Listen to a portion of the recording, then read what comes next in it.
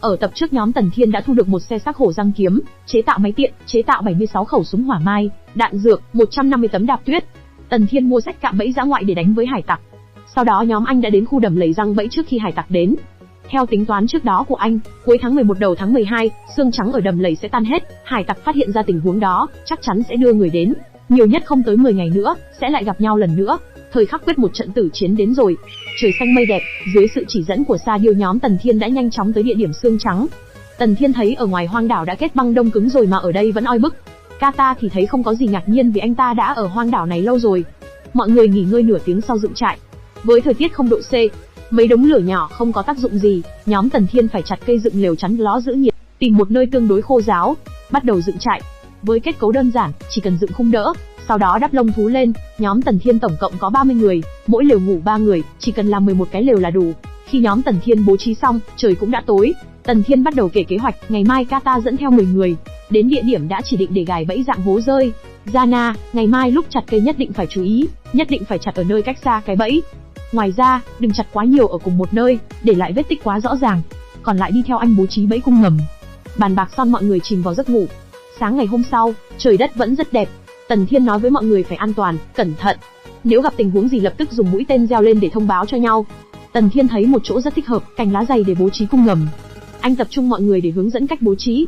Đầu tiên, đóng 2 cọc gỗ xuống đất. Bước 2, đặt cung tên cột nằm ngang trên 2 cái cọc, nhất định phải cột chặt thần cung, nếu không, thân cung lắc lư sẽ giảm bớt đa số lực trên một mức độ nhất định, khiến uy lực của mũi tên giảm rất nhiều. Bước 3, đặt 3 tấm gỗ rộng ở giữa thân cung, dùng thanh gốc giữ chặt, một đầu kéo căng dây cung. Nhớ kỹ, nhất định phải giữ cho đầu mút thanh gỗ phẳng trơn dạng máng, đảm bảo thuận lợi nhả dây. Bước 4, chính là kéo cái dây mảnh dưới tấm gỗ đến phía đối diện buộc lại. Chú ý trong quá trình kéo đừng dùng sức quá, sẽ phát động cơ quan. Cuối cùng đặt mũi tên lên cây cung, nhớ, bước này làm cuối cùng. Tần Thiên lấy cục đá nhỏ cầm trên tay ném vào sợi dây căng ra kéo theo mảnh gỗ rơi ra khỏi thân cung. Lúc đó cả 4 mũi tên phi tới phập phập vào cây và 2 cái phi tới cạnh thân cây. Mọi người đều ngạc nhiên không ngờ uy lực cũng không nhỏ. Mọi người bắt đầu làm. Phương pháp bố trí cung ngầm không khó, chỉ là nhìn một lần, hỏi vài điều. Tộc nhân La Gia đã bắt đầu bố trí ở những địa điểm Tần Thiên chỉ định. Đồng thời lúc đó, nhóm Kata đang cố gắng đào hố. Nhóm Zana đang chặt cây vót trông, kế hoạch cạm bẫy đang tiến hành có quy hoạch. Một bên khác của đầm lầy, đang ở ngoài lều, một tên hải tặc tóc rêu tức tối khi bị muỗi đốt. Một tên hải tặc tóc nâu thấy vậy châm chọc tên tóc rêu, ngươi là với thịt thối mới dụ ruồi đến, còn cố ý châm chọc thêm tên tóc rêu đi vệ sinh xong không chùi. Tên tóc rêu chửi tóc tên tóc nâu là mắt chó, còn giơ tay đưa xác muỗi cho xem bằng chứng. Còn một tên khác thấy kịch vui cười lây. Ha ha ha. Một tên thủ lĩnh trong lều thấy ồn ào vén lều chui đầu ra quát mấy tên kia đã tìm thấy xương chưa, mà sủa lắm làm tất cả 3 tên đều chạy đi tìm. Tên tóc nâu tên là Vo thở dài nghĩ chuyện xui xẻo này sao lại rơi lên đầu hắn. Hắn đang đi vệ sinh thầm nghĩ chán cái nơi quỷ quái này lắm rồi, côn trùng nhiều không nói làm gì, hơi nước còn nặng, đến cả cái chăn trong lều cũng ngất nhoẹt. Hắn bỗng nhìn thấy xương trắng tan, liền kêu mọi người tới báo với thuyền trưởng. Ở doanh trại hải tặc, nhóm Vo chạy tới báo cáo với thuyền trưởng. Tên thuyền trưởng liền ban cho chúng ít vàng. Hắn ra lệnh, ngày mai tất cả thuyền viên lập tức khởi hành xuyên qua đầm lầy. Hắn lộ ra nụ cười xấu xa, nhất định suối Bất lão phải về tay hắn. Sáng ngày hôm sau, tuyết đã phủ gần hết mái nhà, trên mái nhà có một con chim đang đậu. Kata mở cửa khiến con chim đó hoảng sợ bay đi. Kata nhìn bên ngoài an toàn liền bảo mọi người. Tuyết đã phủ hơn nửa cái cửa, buộc mọi người phải trèo ra. Mọi người thấy không khí ở ngoài tốt hơn, ở trong đó bức bối nhưng ấm áp. Tần Thiên giải thích do tuyết là chất dẫn nhiệt kém. Lúc này Tần Thiên mặc áo như giáo sư tiến sĩ đang đứng trên bục giảng giải thích cho học sinh. Vì bản thân tuyết đã có tác dụng cách nhiệt, vì vậy, nhiệt lượng do cơ thể người tỏa ra sẽ tích tụ lại trong phòng tối, khó tản ra ngoài, nên trong phòng mới không cảm thấy lạnh. Ngoài ra, do nhiệt độ ngoài trời cực thấp, nên tuyết cũng sẽ không bị tan ra do nhiệt. Kata, Zana và Nick đều nghiêng mặt sang một phía, cảm giác não vẫn chưa thông, hỏi, cái gì người, cái gì cơ thể, cái gì sẽ phát nhiệt làm Tần Thiên cũng chịu nên bảo mọi người ra nhóm lửa nấu ăn. Theo dự đoán của anh thì 2 ngày nữa hải tặc sẽ đến. Pokuma và Pohama vẫn còn nghĩ lúc nãy Tần Thiên giải thích lại nghĩ giống trường hợp cơ thể mình bị sốt. Zana cảm thấy không giống cơ thể bị sốt. Tần Thiên nhìn căn hầm may quá làm ra trước khi mùa đông tới. Anh nghĩ với lực lượng bây giờ của nhóm anh, mà đối đầu với hải tặc hằng khác gì nạp mạng. Lợi dụng nhưng ngày này bố trí địa lợi, từ từ tiêu diệt làm đội địch suy yếu rồi công kích một trận kết cuối cùng. Sa Diêu đang đỗ trên cành cây, Tần Thiên thần giao cách cảm nói với Sa Diêu đi dò thám hộ anh. Sa Diêu cất cánh vút bay đi. Ở chỗ đầm lầy, các thuyền viên hải tặc đang đi đầu ngó đông ngó tây, với vẻ lo sợ con rắn khổng lồ xuất hiện. Một tên nói, con rắn khổng lồ sẽ không xuất hiện ở đây chứ. Làm tên hải tặc kia giật bắn người mắng, câm cái miệng quạ lại đi. Tất cả đám hải tặc nhìn thấy biên giới, bọn chúng vui vẻ khi không gặp rắn khổng lồ, bọn chúng hô to thuyền trưởng, Salmon Son. Sa Diêu lượn qua thấy. Hắn nói với mọi người, tất cả mọi người tiếp tục tiến về phía trước. Trước khi mặt trời lặn, tìm được nơi khô gió dựng doanh trại. Tần Thiên với mọi người đang ngồi trong căn hầm bàn bạc lại, vì đám hải tặc đã đi qua đầm lầy vô sự, rắn khổng lồ đã ngủ đông. Tần Thiên cứ nghĩ vốn dĩ hải tặc sẽ gặp mãng xà bị tiêu diệt hết, xem ra anh phải vứt bỏ hết ý nghĩ đó. Mặc dù rắn đã trốn đi, nhưng anh tin chắc đôi tay anh có thể báo thù cho tộc nhân. Anh vẽ bản đồ cho mọi người xem, vị trí hải tặc, mấy chỗ anh đặt bẫy vào doanh trại của anh. Mọi người sẽ mượn màn đêm âm thầm qua đó, cố gắng giết chết kẻ địch, một khi hết đạn, phải lập tức rút về phía có cái bẫy gần nhất. Lấy thời gian ngắn nhất, tiêu diệt nhiều kẻ địch, tiêu hao sức mạnh kẻ địch, tuyệt đối không được tham chiến. Tần Thiên thấy hải tặc mới đến nên phòng bị nghiêm ngặt nên nhóm anh nghỉ ngơi cho đã, sáng sớm ngày mai sẽ ra tay. Lúc này ở doanh trại hải tặc, một vài nhóm người canh gác xung quanh doanh trại đang bất đồng ý kiến, người muốn rút bớt canh gác, người thì không có gan nói chuyện với thuyền trưởng. Bọn chúng còn cược với nhau 100 vàng nếu có gan. Tần Thiên ở ngoài nghe được hết, anh thở dài. Giana đến báo cáo với anh, những người canh gác có khoảng 30 người, trong tầm bắn không có cây che lấp rất khó. Bản thân Tần Thiên cũng run rẩy lại còn nói Giana quá lo lắng rồi. Vì Giana lo lắng đây là trận đấu quan trọng. Anh đang nghĩ đây chắc là Tần Thiên đánh lần đầu tiên kiểu vậy thì thấy Tần Thiên cầm bom trên tay, nên rút lại ý nghĩ vừa rồi lại khen anh là Vu sứ đại nhân liệu sự như thần, chỉ đâu đánh đó, bản thân anh ta không cần động não. Tần Thiên khen Giana giỏi ăn nói, và cũng lệnh mọi người chuẩn bị cầm súng đợi hiệu lệnh rồi bắn. Lúc này bọn canh gác vẫn bàn nhau vụ cá cược, có một tên nhìn thấy có một vài ngọn lửa sáng vội gọi hai tên còn lại chỉ vào. Chưa kịp định hình là cái gì thì một ống trúc che lăn tới vào lều.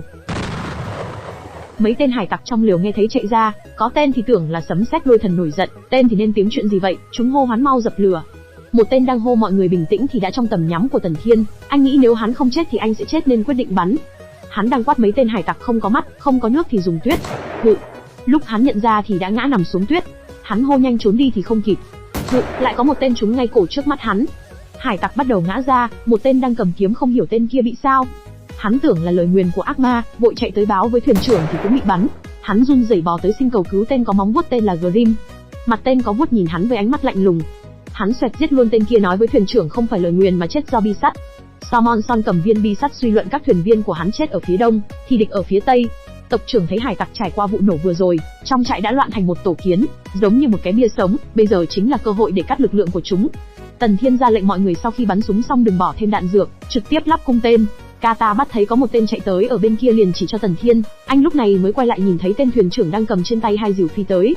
Tộc trưởng la ra lúc này, thấy một tên móng vuốt cùng mấy tên chạy tới liền hô với mọi người. Tên móng vuốt kêu đám hải tặc đã nhìn thấy chưa? Không phải ma rủa trời phạt mà do đám thổ dân giở trò. Salmonson lệnh giết một thổ dân 1000 vàng làm bọn chúng nhao nhao chạy tới. Tần Thiên thấy bọn chúng đến mạng, cũng không cần và tên thuyền trưởng kia lực chiến mới nguy hiểm khi hắn tới chỗ anh. Anh ra lệnh mọi người rút lui, còn Kata và anh lên tiếp ứng. Anh cứ nghĩ lão đại sẽ ở lều to nhất nên ném bom vào đó, nhưng xem ra tên này đã đề phòng, cũng cẩn thận giảo hoạt. Tộc nhân la ra nấp, sau bụi đứng lên cầm cung bắn về phía hải tặc làm bọn chúng ngạc nhiên không kịp phòng bị. Kohama kêu mọi người nhắm chuẩn vào chân. Còn tộc trưởng kêu, Vizu, Nick, Azuba, ba người dẫn một phần tộc nhân đi về phía gắn bẫy chuẩn bị phục kích. Những người khác ở lại với ông ta, tiếp ứng Vu sứ đại nhân và Kata. Tốc độ của Salmonson quá nhanh, làm anh và Kata chiến với hắn mà hắn không bị rơi vào hạ phong. Tần Thiên thấy hắn quay ra đánh anh thì anh kêu Kata yểm hộ anh. Kata kêu yên tâm rồi chạy lao tới tên Salmonson. Hắn ta thấy Tần Thiên chạy đi thì nở nụ cười, hắn vẫn tưởng Kata hy sinh, cho đồng đội chạy thoát là tình nghĩa khiến người ta ca ngợi. Vừa nghĩ vừa né, hắn liếc mắt nhìn thấy Tần Thiên chạy. Hắn còn kêu với anh, không tệ, nhanh nữa lên. Tần Thiên đạp chân lên thân cây để bay cao rồi chém tên hải tặc từ trên. Hắn ngẩng mặt lên cười và nói với Tần Thiên, cái loại đánh yểm hộ đánh lén này, thuyền trưởng ta đã thấy nhiều rồi. Kata kêu ông ta đang nhìn đi đâu, anh đưa thương tới chỗ hắn và Tần Thiên cũng chém xuống. Hắn cầm rìu khua thương của Kata tới chỗ Tần Thiên, làm Tần Thiên phải lấy kiếm đỡ ngọn thương của Kata, anh bị văng vào thân cây. Hắn giơ ngón tay lên ngoắc ngoắc nói với hai người, còn có chiêu gì vui nữa không, tốt nhất là lấy ra hết bây giờ đi, nếu không thì không còn cơ hội nữa đâu. Tần Thiên thấy chẳng trách đám hải tặc lại kiêng kỵ Salmonson như vậy, anh chửi thầm tên này thật sự không phải người. Bỗng có pháo sáng nổ bên kia làm hắn chú ý. Bên chỗ tên có móng vuốt hắn thấy có bom pháo sáng tới kêu đám hải tặc bảo vệ mắt, thì không kịp. Có tên kêu mắt tôi không nhìn thấy gì nữa rồi, tôi ngủ rồi. Có tên thì kêu á mắt của tôi, vân vân. Ông tộc trưởng kêu Kokuma và Kohama rút lui khi thấy đám Vizu đã đi xa rồi. Tên móng vuốt quát với đám hải tặc đừng để chúng chạy thoát. Tên thuyền trưởng nghĩ đó là phương hướng của đám Grim. Kata và Tần Thiên thấy hắn đang phân tâm, nhìn nhau cùng chạy trốn nhanh. Tên thuyền trưởng thấy vậy đuổi theo, hắn ta cười đắc ý, không chào hỏi gì đã chạy, là bất lịch sự lắm nhé. Tần Thiên thấy hắn chạy theo thì cười quăng cho hắn ta bom sáng. Rất nhanh sau đó hắn ta nhảy nên làm anh và Kata có chút hoảng. Hắn ta hừ lạnh nói một câu, hừ tiểu kế mà thôi, có tác dụng với thuyền trưởng ta sao? Bất ngờ có hai mũi tên phi tới làm hắn ta phải dừng lại. Tần Thiên đang chạy ngoái đầu nhìn hắn cười và nói, đó là phần đại lễ thứ hai, hy vọng thuyền trưởng hài lòng. Hắn ta không còn cười được nữa. lúc này nhìn hắn như một tên quỷ. Tập phim đến đây thôi. Cuối cùng diễn biến nhóm Tần Thiên và đám hải tặc bên nào sống sót, hãy theo dõi video sau của mình nhé. Đừng quên like và đăng ký kênh Phim Hay và Chuyện để ủng hộ mình nữa nhé.